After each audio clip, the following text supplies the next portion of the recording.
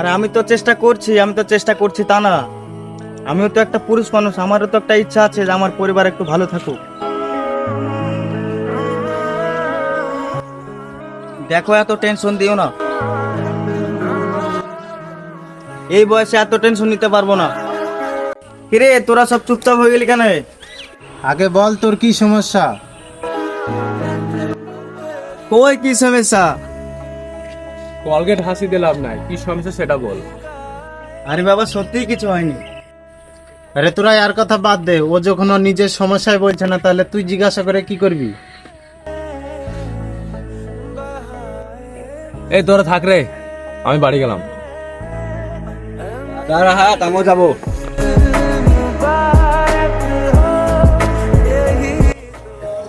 থাক রে, আমিও যাবো।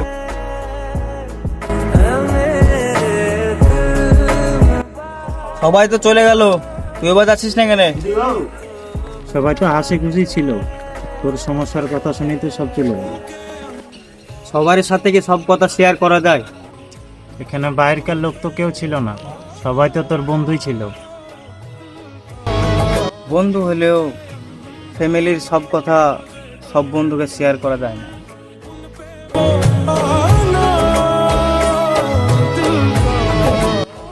প্রতিটি মানুষের জীবনে এমন একটা বন্ধু থাকে, তাকে মন খুলে সব কথা শেয়ার করা যায়।